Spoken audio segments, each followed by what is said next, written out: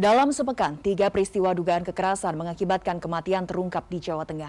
Mulai dari penemuan jasad ibu dan anak di bawah jembatan tol Ungaran, dugaan penganiayaan ibu terhadap 3 anaknya di Brebes, dan dugaan perkosaan ayah terhadap anak di Semarang hingga tewas.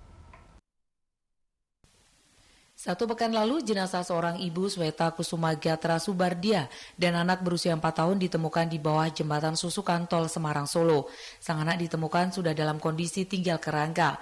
Diduga korban dibunuh oleh calon suami Sweta. Tersangka pelaku mengaku nekat menghabisi nyawa ibu dan anaknya karena cemburu dan panik ditanya keberadaan anaknya. Direktur Kriminal Umum Polda Jawa Tengah Kombes Pol Johandani Raharjo Puro mengatakan anak MF dibunuh pada tanggal 19 Februari setelah sebelumnya sempat dianiaya dan ditelantarkan dengan tidak diberi makan oleh pelaku dan mayatnya dibuang pada tanggal 20 Februari.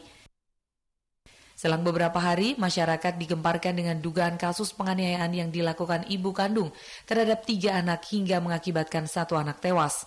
Polisi hingga kini belum menetapkan tersangka karena sang ibu menjalani observasi kejiwaan yang mendalam di rumah sakit.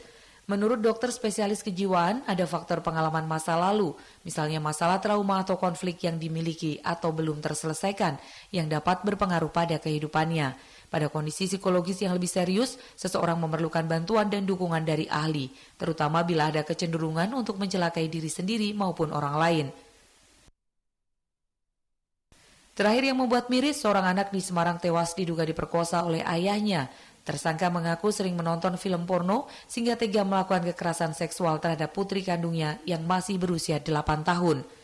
Akibat peristiwa tersebut, korban mengalami kejang-kejang dan meninggal dunia.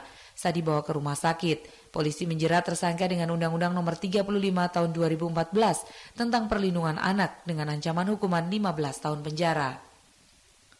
Tim Liputan iNews melaporkan.